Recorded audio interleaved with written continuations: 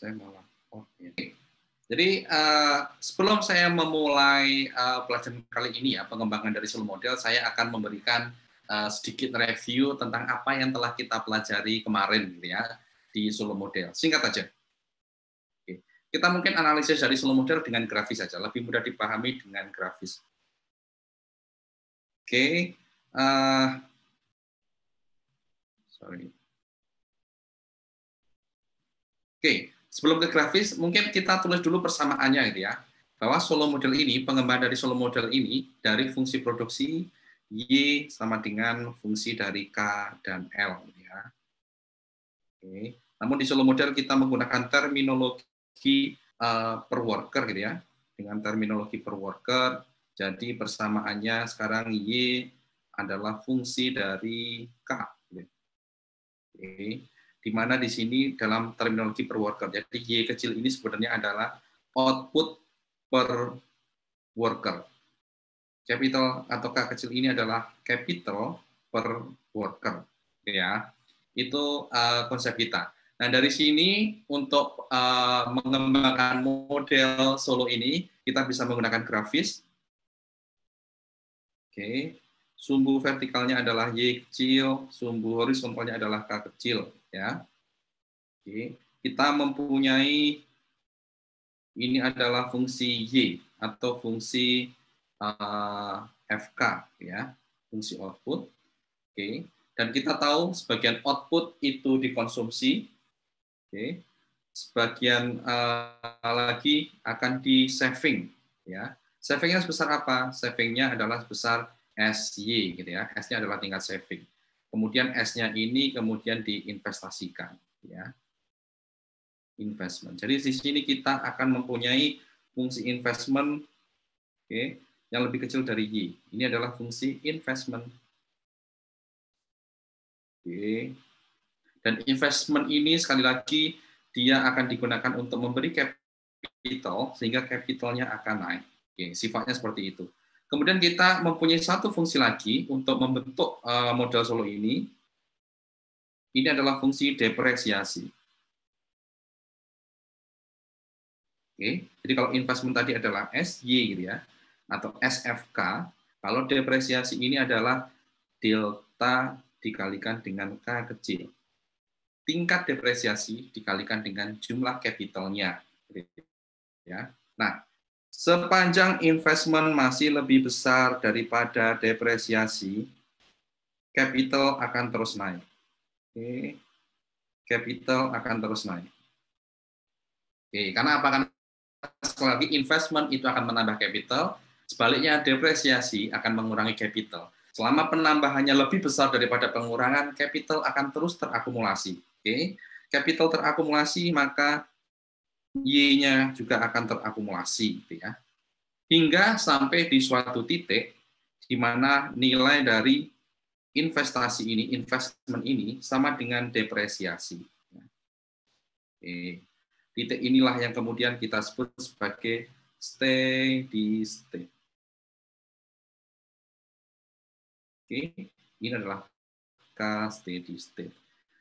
Berarti di titik steady state ini, YK kecil atau Y kecil itu sudah mentok, sudah tidak bisa tumbuh. Atau pertumbuhan K kecil, pertumbuhan Y kecil ini adalah 0. Dan ingat sekali lagi bahwa K kecil ini adalah output per worker. Oke, Y kecil adalah output per worker. K kecil adalah capital per worker. Itu sudah mentok dan tidak tumbuh. Itulah steady state. Oke. Nah, asumsi kita sampai dengan di sini adalah kita berasumsi bahwa di sini tidak ada penambahan penduduk. Kalau ada penambahan penduduk seperti apa? Kalau ada penambahan penduduk, maka untuk level steady state ini, depresiasinya ini kita ganti dengan apa yang kita sebut dengan break-even investment. Oke. Apa itu break-even investment? Break-even investment ini adalah level investasi di mana K kecil akan selalu tetap. Oke. Nah, keadaan steady state-nya, sebelum ke situ, break-even investment ini apa? Sekali lagi, ini adalah break-even investment ini adalah investasi yang menyebabkan K kecil itu tetap. Agar K kecil itu tetap, maka break-even investment ini kita harus rumuskan sebagai delta ditambah dengan N dikalikan dengan K, gitu ya. Kenapa ini bisa menyebabkan K kecil menjadi tetap? Karena yang pertama, capital yang terdepresiasi akan tergantikan, ada labor yang bertambah atau populasi yang bertambah akan tergantikan dengan N dikalikan dengan K kecil ini. Itulah yang menyebabkan K kecil akan menjadi tetap. Dan keadaan steady state, jadi kalau awal tadi steady state-nya syaratnya adalah delta K sama dengan SY, depresiasi sama dengan investment. Kalau ada pertumbuhan penduduk, maka syaratnya adalah investment. Ini akan sama dengan break-even investment. Jadi investment tadi adalah SY atau investment tadi rumusnya adalah S dikalikan dengan Y, ini akan sama dengan delta ditambah dengan N dikalikan dengan K.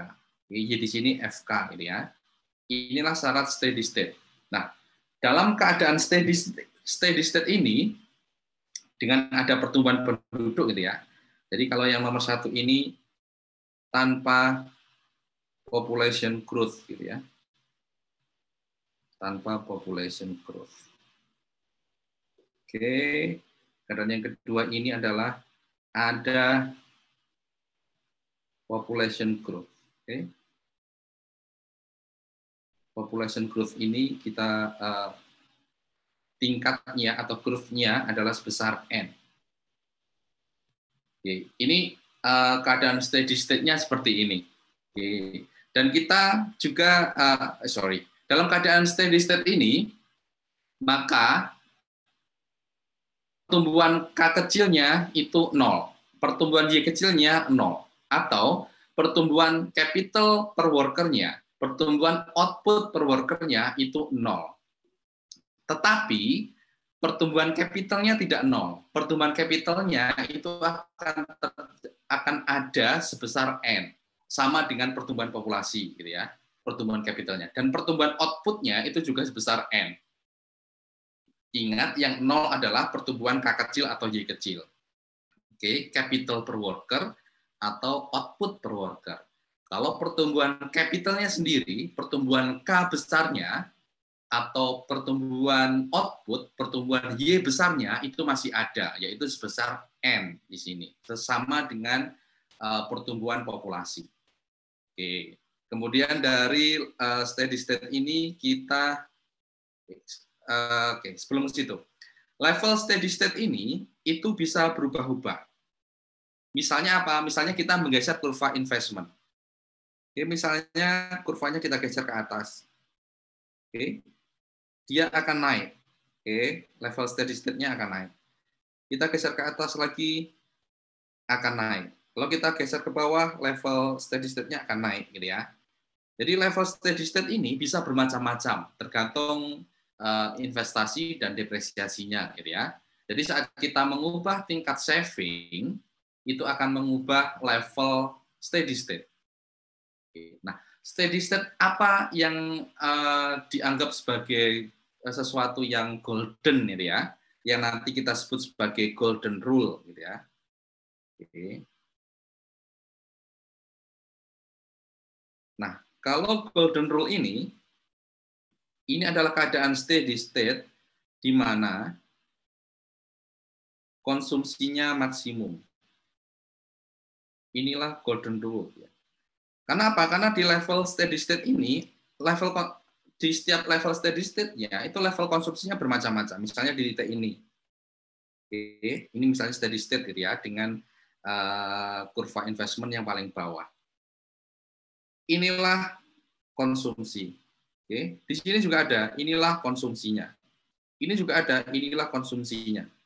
Nah, kalau kita menganut kaidah golden rule, berarti kita memilih konsumsi yang paling maksimal. Itulah golden rule. seperti apa? Oke, lagi untuk menggambarkan golden rule. Oke, ini Y, ini K. Y bisa investment gitu ya. Ini adalah fungsi Y, dan ini kita mempunyai fungsi depresiasi. Oke. Dalam keadaan golden rule, dalam keadaan steady state ingat bahwa investment ini sama dengan depresiasi. Oke. Dan konsumsi yang awalnya adalah Y output dikurangi dengan investment atau saving, ini akan sama dengan Y dikurangi dengan depresiasi. Kenapa seperti itu? Ingat bahwa steady state depresiasi sama dengan investment. Oke, jadi ini sebenarnya adalah konsumsi. Ini adalah konsumsi, tergantung level steady state yang kita tuju, gitu ya. Nah, kita akan memaksimalkan C ini. Bagaimana cara memaksimalkan? Oke, caranya adalah kita membuat suatu garis yang sejajar dengan depresiasi. Garis singgung Y yang sejajar dengan depresiasi. Inilah yang akan menyebabkan konsumsinya maksimum. Oke, C maksimum ini yang kita sebut sebagai C golden rule. Oke. Sehingga di sini kita bisa menarik kesimpulan bahwa golden rule ini syarat titik singgung Y, gradien garis singgung Y, gradien garis singgung Y, ini sama dengan gradien dari depresiasi. Oke. Gradien dari garis singgung Y itu apa? Kita sebut sebagai MPK. Oke. Dan depresiasi ini karena rumusnya adalah delta dikalikan K ini ya, sama dengan delta. Ini kalau keadaannya tanpa pertumbuhan penduduk. Oke. Kalau keadaannya dengan pertumbuhan penduduk, maka syarat golden rule adalah MPK ini sama dengan delta ditambah dengan N. Gitu ya. Itu adalah secara singkat apa yang telah kita pelajari kemarin. Nah, sekarang hari ini kita akan mengembangkan model kita ini. Oke. Kita mengembangkan model ini dengan solo model dengan technological progress. Oke. Apa itu solo model dengan technological progress? Jadi seperti ini. Asumsi yang pertama tadi adalah kita ada solo model, tidak ada pertumbuhan penduduk, tidak ada technological progress. Kemudian yang kedua tadi model yang telah kita pelajari adalah solo model dengan pertumbuhan populasi.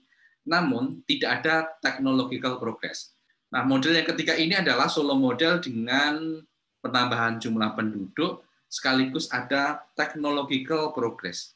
Nah, technological progress ini sebenarnya adalah perkembangan teknologi, gitu ya. Oke. Yang akan memengaruhi L, yang akan memengaruhi labor, sehingga labor menjadi lebih efisien. Itulah technological progress. Bentuknya apa? Bentuknya bisa pengetahuan, atau memang ada teknologi, ya. Intinya apa? Intinya adalah ini akan membuat labor menjadi efisien. Sama-sama labelnya misalnya 10 unit. Kalau tidak ada technological progress, tidak ada teknologi, kemudian kita bandingkan dengan setelah adanya teknologi, maka nilai dari output yang dihasilkan akan berbeda. Di mana sekali lagi yang ada teknologinya, yang ada pengetahuannya akan menghasilkan output yang lebih banyak. Oke, dengan kata lain, labor menjadi semakin efisien. Ini ya, itulah technological progress. Oke. Jadi yang awalnya persamaan produksinya adalah Y, ini merupakan fungsi dari K dan L, ya. Setelah ada technological progress, ini kita ganti. Y merupakan fungsi dari K dan L dikalikan dengan E. Oke. E inilah yang kemudian kita sebut sebagai effective worker. Oke. effective worker. Di mana E sendiri ini menunjukkan efisiensi. Ya, itu yang membedakan ya. Sekarang kita ada terminologi baru effective worker ya. Nah, effective worker ini bisa tumbuh dengan dua cara. Oke. Ini bisa tumbuh growth-nya itu dengan dua cara. Oke. Yang pertama adalah jumlahnya naik gitu ya. Yang kedua adalah efisiensinya naik. Yang pertama memang jumlah workernya itu naik gitu ya, jumlah pekerjanya itu naik. Naik dengan growth sebesar N. Yang sebelumnya telah kita pelajari. Sebenarnya kan jumlahnya naik gitu ya. Yang kedua adalah semakin efisien karena memang ada perkembangan teknologi, ada technological progress tadi gitu ya. Dengan tingkat perkembangan teknologi, baik pengetahuan maupun teknologi sebesar G gitu ya. Nah, inilah yang membedakan dengan model sebelumnya. Oke.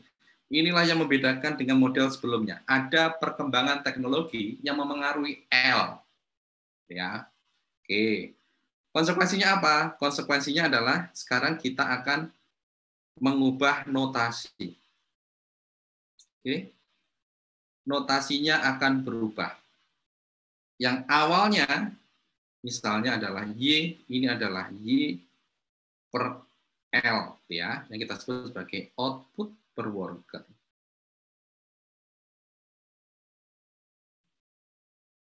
Ini menjadi sekarang terminologi kita saat ada perkembangan teknologi, Y kecil ini adalah Y per L dikalikan dengan E ya, yang kita sebut sebagai output per effective worker.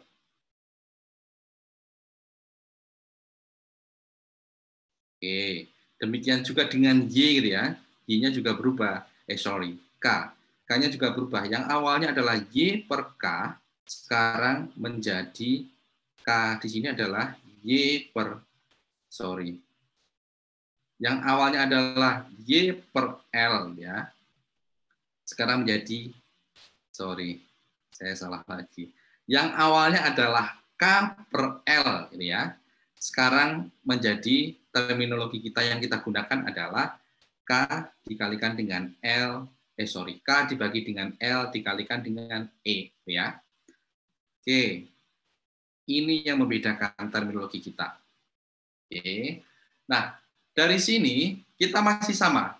Grafisnya tadi kita menganalisis solo model, ini masih sama. Oke, masih seperti ini. Oke. Tetapi yang perlu diingat adalah sekarang Y-nya ini berubah. K-nya di sini berubah. Y-nya sekarang menjadi per effective worker. K-nya juga berubah menjadi K per effective worker. Oke. Sehingga dalam keadaan steady state, sehingga break even investment-nya dengan adanya technological progress tadi,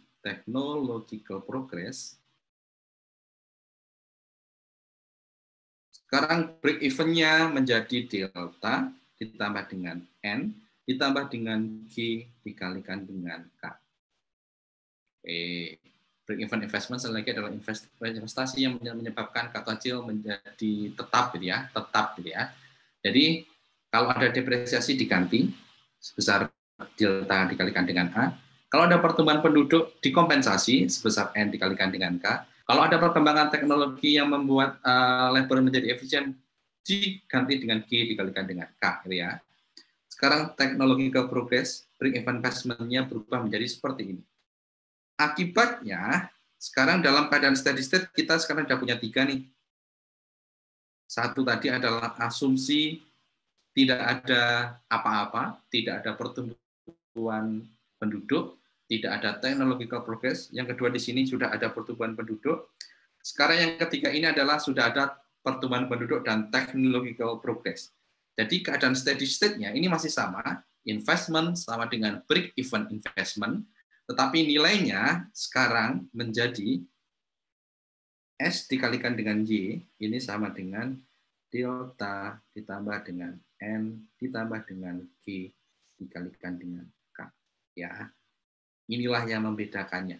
Sekarang kita mempunyai komponen G, komponen tingkat pertumbuhan teknologi, tingkat technological progress. Bagaimana dengan keadaan golden rule? Masih sama. Oke, kita hanya menyesuaikan saja.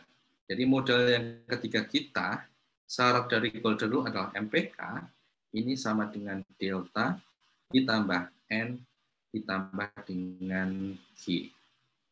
Oke, gitu ya. Secara singkat seperti itu sebenarnya yang membedakan model pada yang kita pelajari pada hari ini. Oke, satu lagi yang perlu saya tekankan dan kalian harus ingat gitu ya. Sekarang keadaannya adalah ada N, ada pertumbuhan populasi dan ada G. Oke. Ini pertumbuhan populasi sebesar N gitu ya, growth-nya sebesar N. Oke, ini adalah pertumbuhan populasi. Dan G ini adalah tingkat technological progress-nya.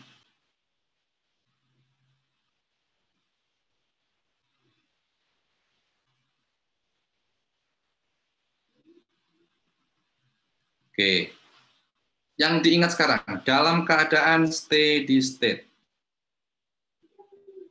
Oke, keadaannya adalah keadaan steady state. Oke, yang pertama, output per effective worker. Sorry, sebelum output, mungkin ke capital dulu deh. Oke. Capital per effective worker.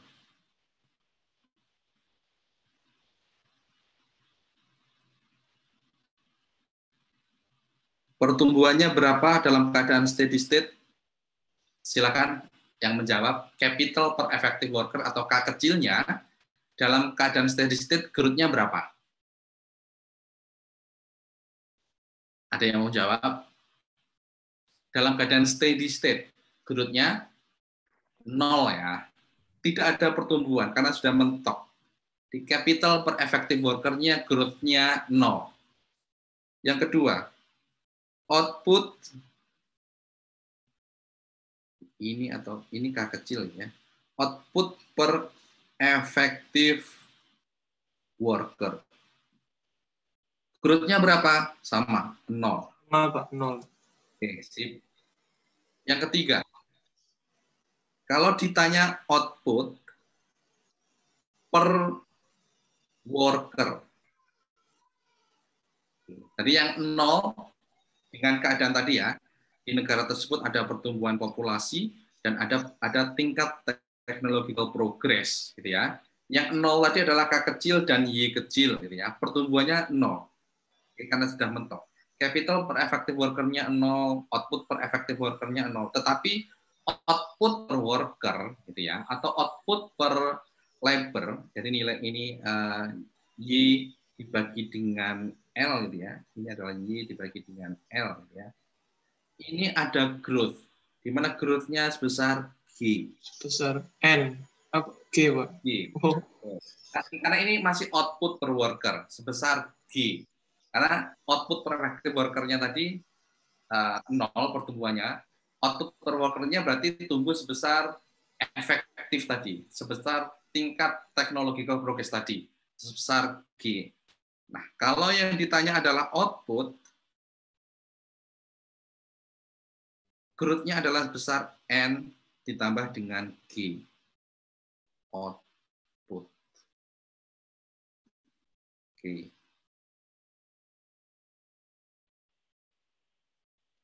Jadi sekali lagi output-nya ini akan tumbuh sebesar N ditambah dengan G. Pertumbuhan output inilah pertumbuhan ekonomi. Ini penekanan kita.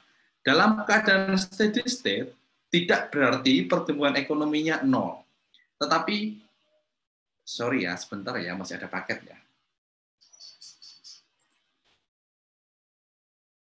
Steady state, yang pertumbuhannya 0 adalah capital per effective worker-nya.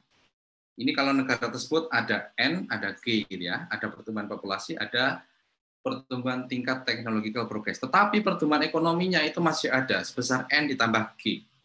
Itulah mengapa US yang mungkin sudah mencapai level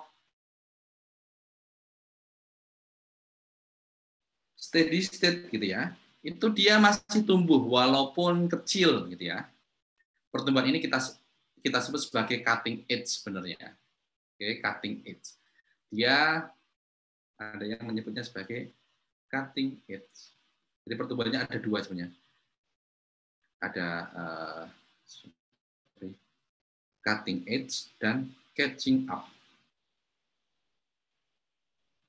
Catching up ini adalah suatu pertumbuhan dari negara yang belum mencapai level steady state, gitu ya. Jadi dia mengejar dengan akumulasi capital tadi, sehingga pertumbuhan ekonominya cenderung tinggi. Itulah yang biasanya terjadi di negara yang berkembang, karena pertumbuhannya masih catching up, gitu ya. Akumulasi capital akan tumbuh terus, sehingga pertumbuhan ekonominya tinggi.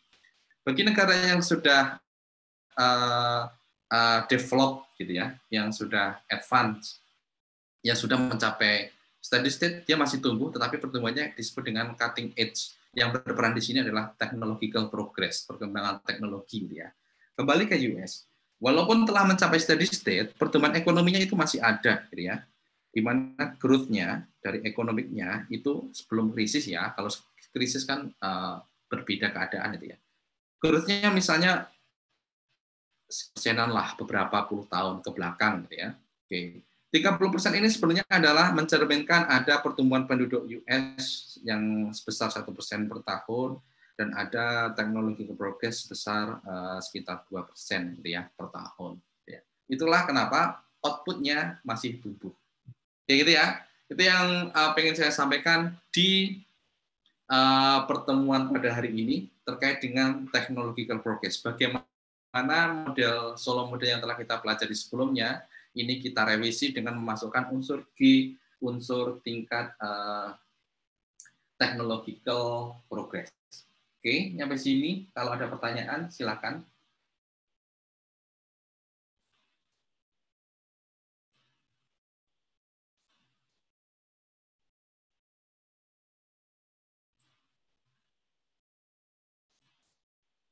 Oke, silakan kalau ada pertanyaan. Ada pertanyaan? Kalau enggak, oke. Izin bertanya, Pak. Oke, silakan.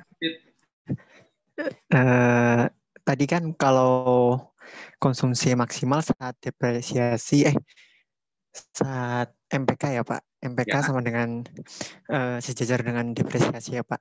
ya Berarti betul. itu investasinya maksimal juga nggak Pak? Ini Gitu. enggak. Jadi karena enggak, karena golden rule ini sebenarnya apa sih? Golden rule itu kan sebenarnya kan adalah keadaan steady state. Oke, steady state. Tetapi ada tujuan yang ingin dicapai oleh pemerintah. Dengan cara apa? Biar masyarakatnya itu mempunyai well-being yang maksimal, gitu ya. Well-being itu mungkin kayak kesejahteraan. Ya, mungkin bisa menggambarkan kesejahteraan, gitu ya. Bagaimana mengukurnya?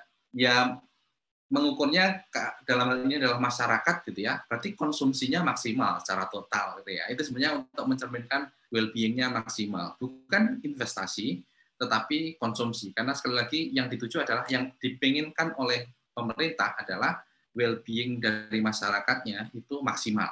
Jadi C-nya yang maksimal, bukan I-nya yang maksimal.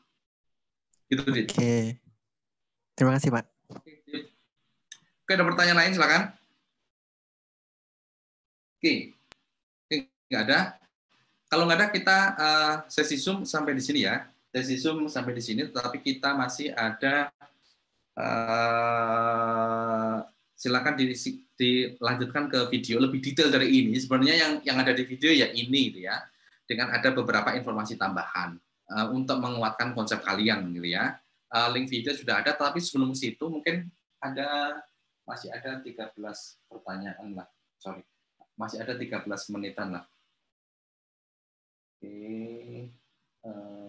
Oke, masih ada 13 menitan, mungkin saya akan ngobrol-ngobrol aja deh, kita ngobrol-ngobrol sedikit gitu ya. Saya kayak di kelas ini belum pernah ngasih saran atau ngasih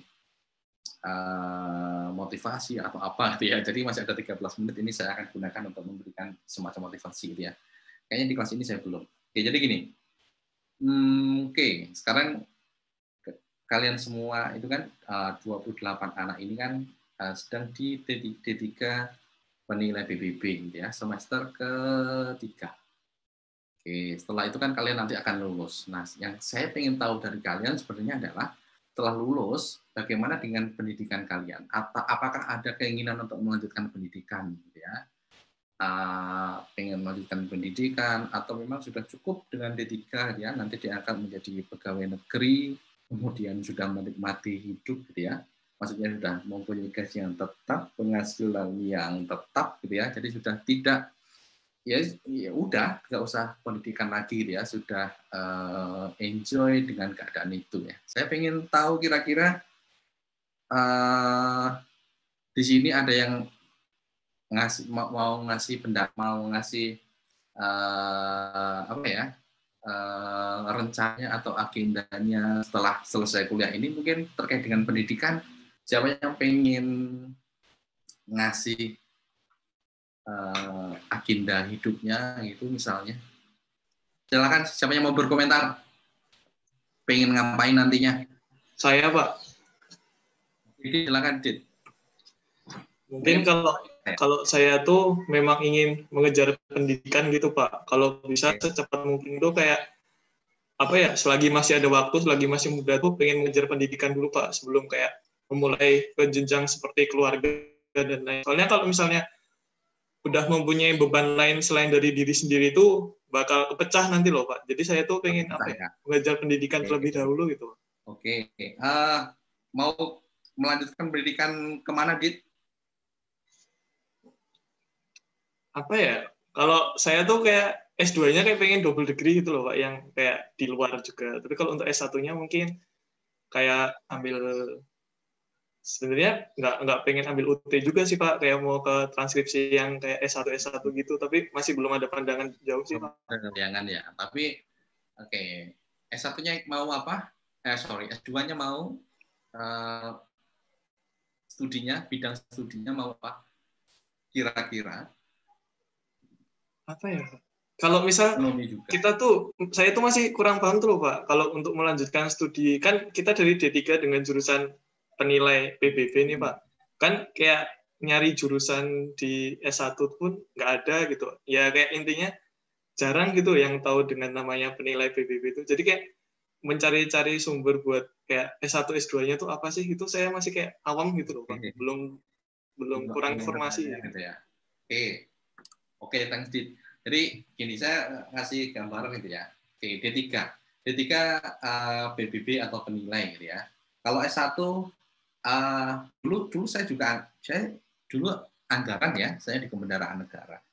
Teman-teman yang dulu waktu satu angkatan dengan saya gitu ya, waktu D3 Kebendaraan Negara, dia karena saya penempatan Jakarta gitu ya, penempatan saya PKF kan, manajemen atau accounting pasti menerima dari mana saja ya. Nanti akan ada beberapa pelajaran yang bisa diambil gitu ya, misalnya Pancasila, bahasa Indonesia dan sebagainya kan udah dipelajari, itu yang enggak gitu ya. Intinya bisa lah kalau manajemen akuntansi misalnya gitu ya, bisa. Kemudian tapi gini, sebenarnya kan kalian kan mungkin ada yang pengen tetap meniti karir sebagai penilai ya, D3-nya penilai, artinya ekonomi misalnya gitu ya, S2-nya juga nanti terkait dengan penilaian, ya oke-oke aja, ya bisa-bisa aja gitu ya. Tapi yang ingin saya tekankan adalah sebenarnya kalian masih cukup luas gitu ya, S2-nya bisa mengambil manajemen atau akuntansi gitu, pasti menerima dari D3 penilai PBB, masih bisa.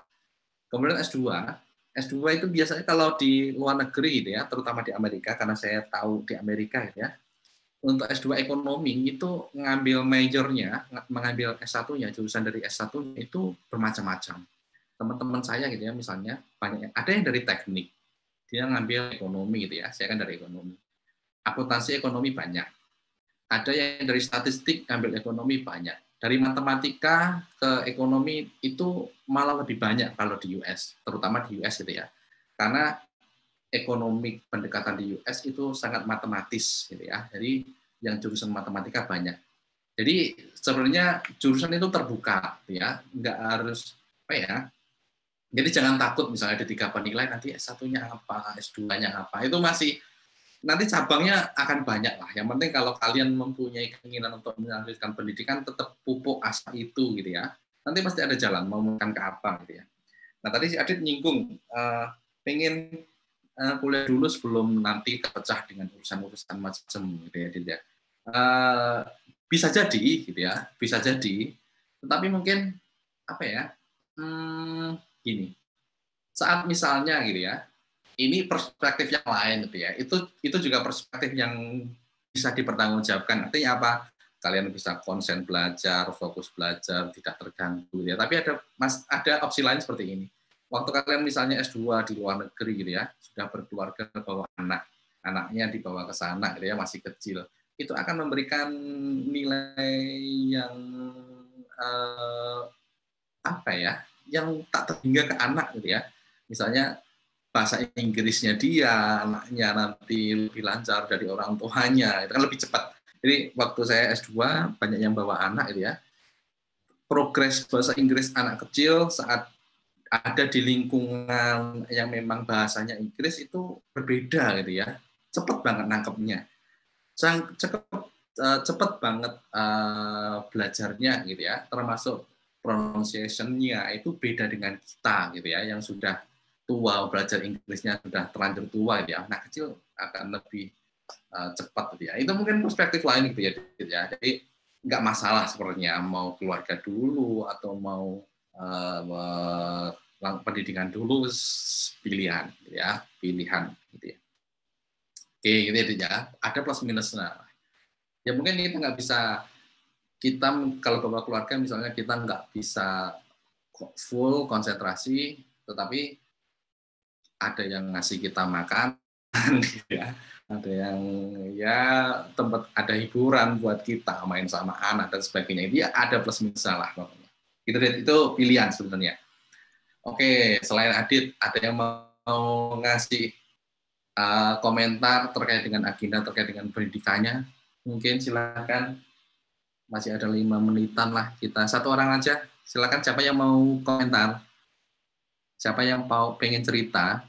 Mungkin di sini ada yang nggak mau melanjutkan kuliah, tapi yang nggak ingin melanjutkan kuliah itu juga suatu pilihan gitu ya. Jadi ya itu sebenarnya masing-masing kan mempunyai latar belakang yang berbeda, mempunyai keinginan yang berbeda-beda, tujuan hidup yang berbeda-beda gitu ya.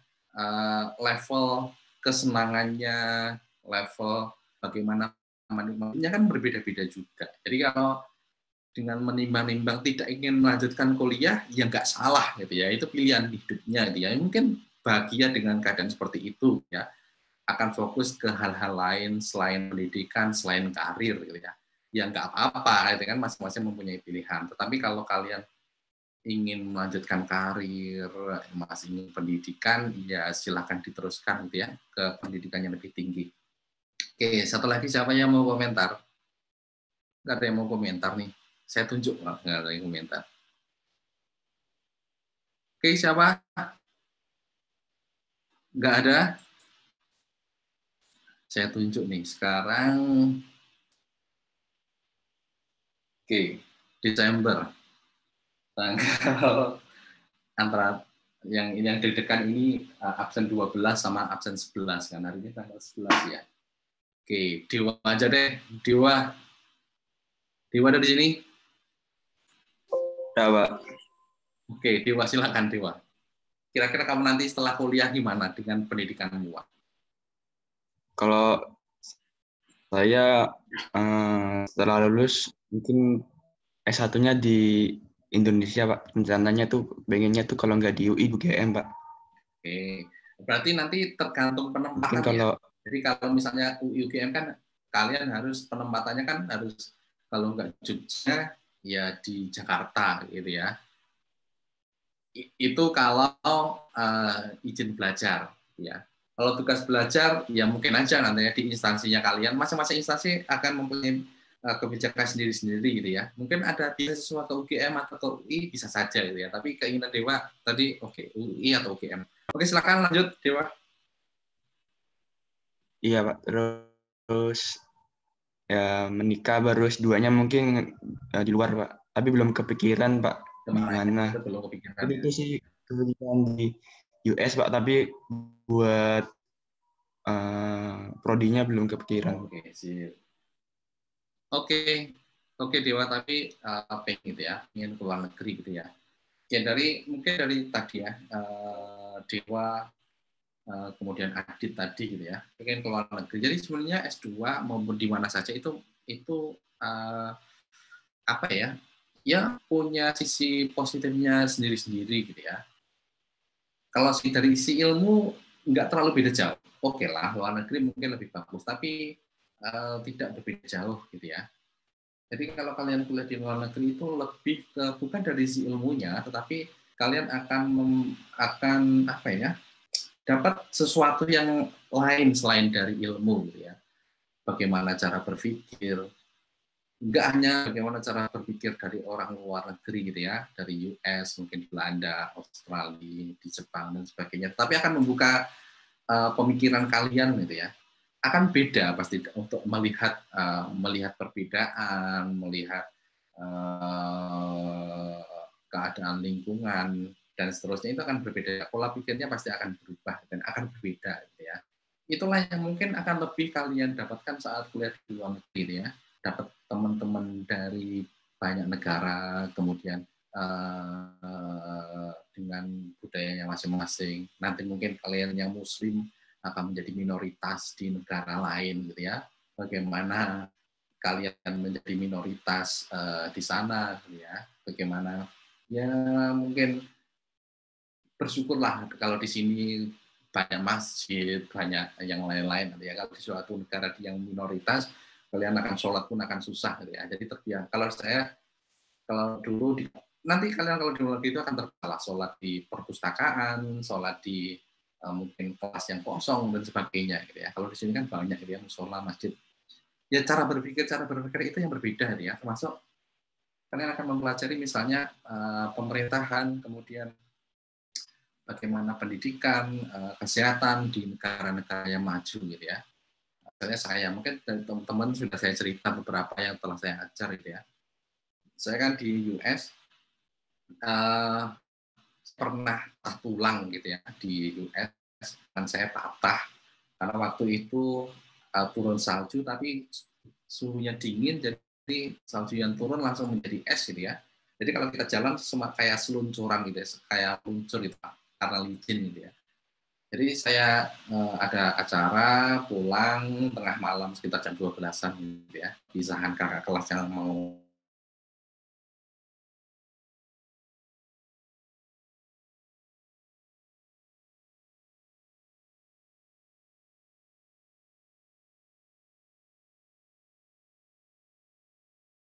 balik ke jalan. Yang membedakan adalah biaya kesehatan di US mahal ya. Jadi saya habis itu kira-kira 30 ribuan dolar gitu ya. Kalau di ya mungkin 500-an juta gitu ya. 500-an juta lebih gitu ya. Yang saya habiskan. Tetapi asuransinya di negara maju itu jalan gitu ya. Jadi ada asuransi itu ada yang disebut dengan copay, bagian yang saya bayar, sisanya ditanggung asuransi. Yang saya bayar sekitar 3.000 dolaran lah, gitu ya. Tapi itu yang benar-benar 3.000 dolar itu yang saya bayar. 3.000 dolar itu berapa ya? 3.000 dikalikan 14, masih lumayan ya, 50 jutaan ya. Tetapi ada mekanisme yang lain gitu ya. Ternyata waktu saya di rumah sakit itu ada program untuk orang yang tidak mampu gitu ya. Yang tidak mampu dikasih biaya bebas dari biaya kesehatan itu ya. Saya diakses, ditanya berapa allowance yang saya terima, berapa beasiswa yang saya terima. Ternyata dengan beasiswa itu saya termasuk orang miskin di US gitu ya. Walaupun saya kayaknya nggak menganggap miskin gitu ya. makan masih normal, walaupun masak sendiri gitu ya, makan masih normal, ya masih bisa hidup lah, dan bahkan ada sisa gitu ya. Tapi menurut orang US miskin. Akhirnya saya ditanggung, termasuk 3.000 tadi dibayar rumah sakit gitu ya. Itu semacam itu ya. Mungkin kita jadi berpikiran, oh iya ya, kalau kesehatan jalan, asuransi jalan itu enak gitu ya. Artinya kita kena apa-apa, oke lah, biaya kesehatan mahal, tetapi ada asuransi, ada yang semacam ditanggung oleh pemerintah, tetapi sistem kesehatannya benar-benar jalan gitu ya. Itu ya. Nah, itu yang mungkin kalian dapatkan kalau di luar negeri gitu ya. Jadi silakan kalau mau melanjutkan pendidikan dalam negeri, luar negeri oke. Cuman kalau dari luar negeri kalian akan mempunyai perspektif yang berbeda yang enggak kalian dapatkan gitu ya di dalam negeri. Pemikiran kalian dan seterusnya. Oke, gitu ya. Oke, sudah jam 3 ternyata. Kita ngobrolnya terlalu lama, udah 1 jam. Kita masih ada waktu 1,5 jam lagi ya. Ada 3 video, silakan. Nanti saya, mungkin habis ini kalian bisa istirahat, break 10 menit. Setelah itu melanjutkan video sampai nanti jam 16:04. Nanti saya kasih link, buat latihan soal ya, buat latihan soal. Oke, seperti itu.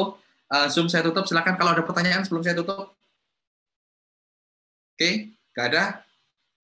Oke, kalau nggak ada silakan dilanjutkan ke YouTube. Link video sudah saya upload di Google Classroom. Oke, gitu ya. Zoom saya tutup, silakan kalian bekerja. Saya mau nonton badminton.